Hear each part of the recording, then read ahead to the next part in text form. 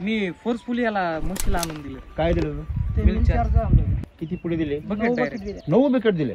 बर ते लंपी साठी लंपीच्या आणलं. गाय होती ना. गाई लंपी मी हे आला. आपले जनावर बघितले ना हा, हा. खाली, ते गावरान हा. त्यांना लंपी झालता. म्हणून तुम्ही आणलं. आपले व्हिडिओ बघत होतो हा की म्हणलं इतर काही ट्रीटमेंट न करण्यापेक्षा मिल्क चार्जरचे बकेट आण. त्यांनी झाला असं रिकवर झाले जनावर लंपी.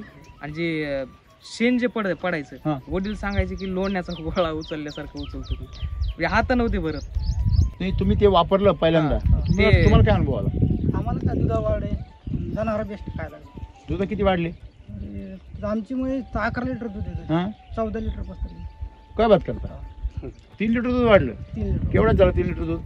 तुमच्या भात काय भाव आहे? 150 रुपये. 150 रुपयात झालं. 50. खाऊ किती रुपयाचे गाज होते?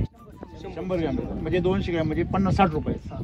60 रुपयाचा खर्च आणि 150 रुपयाचा फायदा, तर 90 रुपये फायदे आहेत ते तुम्ही. फायदा आपल्याला ते करतो त्याला कळतं, मग बाकीच्याला कुठं कळतं. तुम्हाला एक गंमत सांगू का?